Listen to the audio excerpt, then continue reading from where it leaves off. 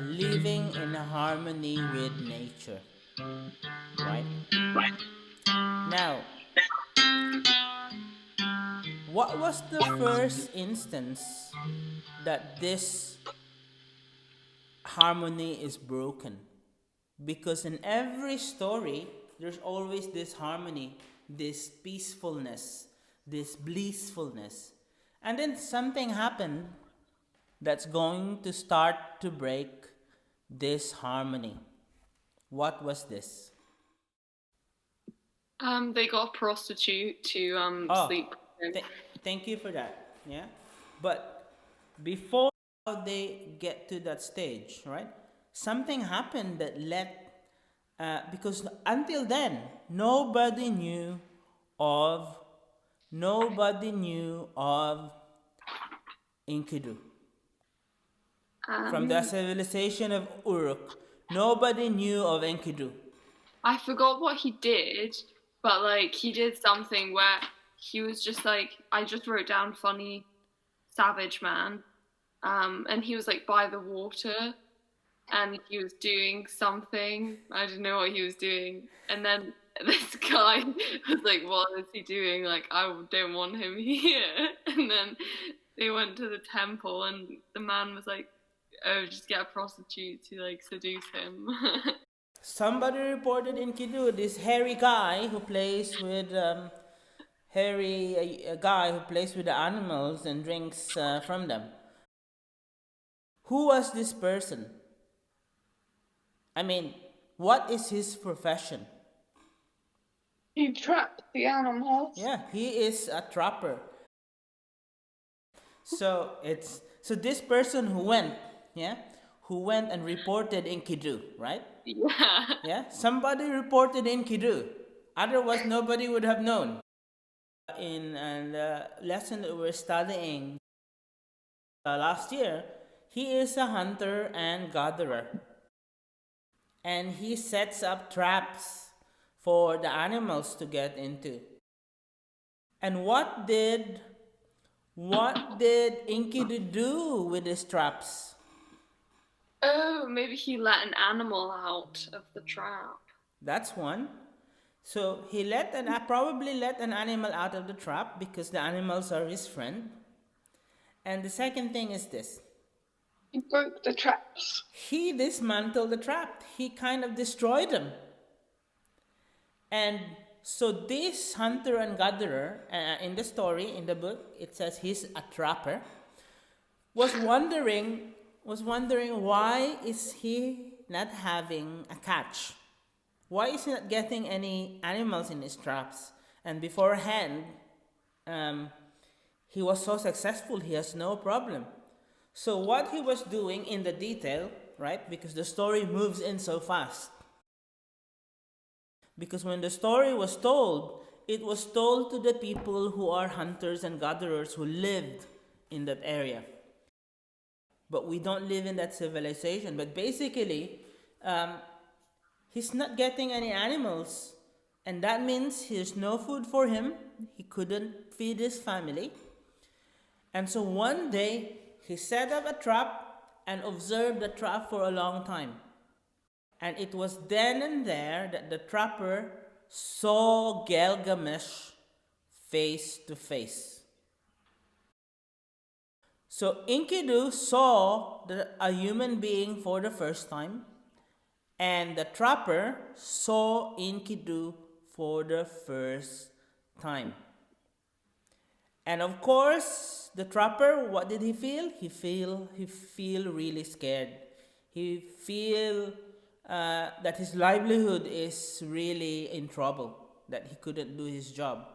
And so he went back home, and he was advised to go. Who advised him? Gilgamesh. So he went to city of Uruk, and the advice of Gilgamesh was, what was the advice of Gilgamesh? To get one of the priestesses from the temple of Ishtar. Yes. Now, Ishtar is a very important figure in ancient Mesopotamia. And in other parts of the places in Mesopotamia, she is known as Inanna. And there's so many stories about Inanna, which we didn't have time to cover, but we can't cover everything. Yeah. But in other versions of the story, Ishtar is not called Ishtar. She's called Inanna. But I'm quite happy with Ishtar as the word, and we'll talk more later about her, right? So a priestess from the temple of Ishtar. And what was her name? Because sometimes it's nice, to name people, right? What was the name of this priestess?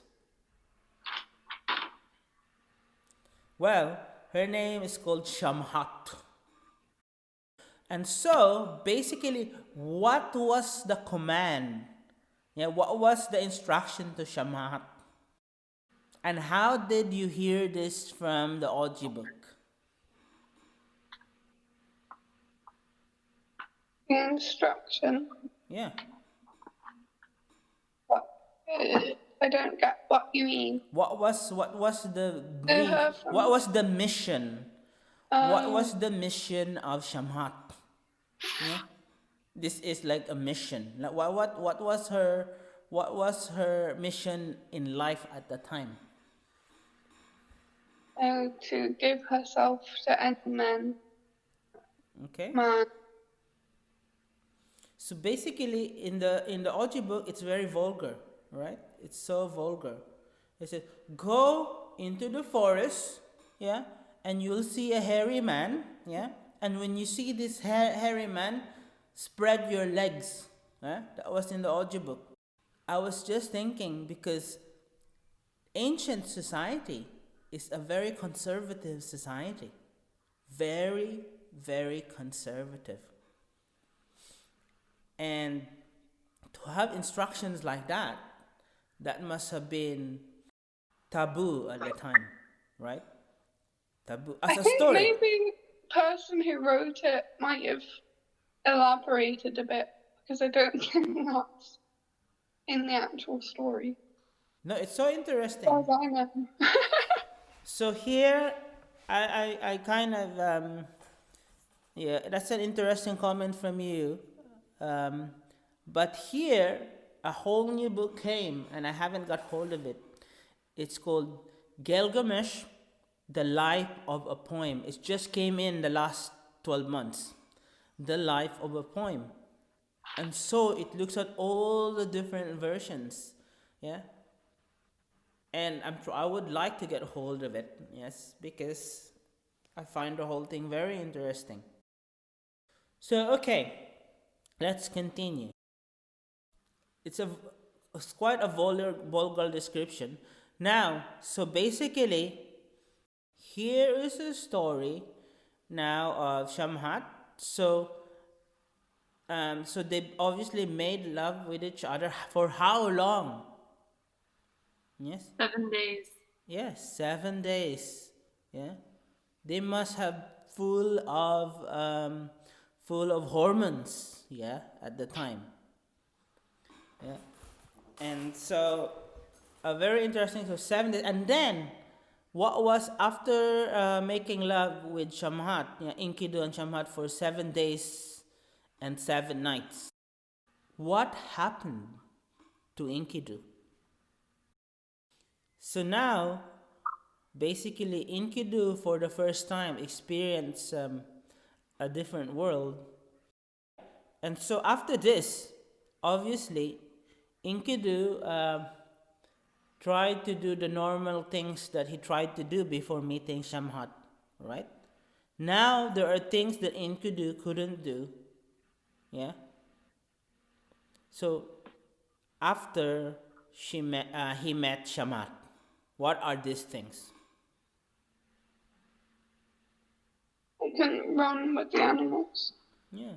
So now he tried to run and play with his friends. Yeah. the animals, and then discovered that um, the animals move away from him. The animals move away from him. And so, what did he do if the animals move from him? He would say, "Oh, what's going on? Come to me, let's play." And the animals run, and he ran with them. He tried to run with them, and he discovered that he cannot catch up with them. He cannot run as fast as them.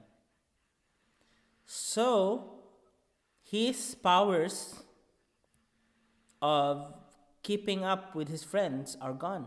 The animals are not with him, and he tried to run after them, but he couldn't catch up with him. So there is loss of power. Yes? So now, what else did Shamhat do to Enkidu that changed him? Shamhat dressed him. Second, Shamhat gave him the experience of eating bread. Yeah. Oh yeah, and he drank a lot of beer too. Yes. And drank a lot of beer, right? Which he had not tried before. And so, in other words, Shamhat's mission is to civilize Enkidu. Make him into a civilized human being. Right? Now, so not only that, Shamhat taught him how to look after the animal, the sheep. So basically, Shamhat taught him to be a farmer. So here there is a movement, yeah, movement from paradise, yeah, then to hunter and gathering stage, and now to the farming stage. That's really in the early part of the story, there is this movement from paradise, hunting and gathering, farming.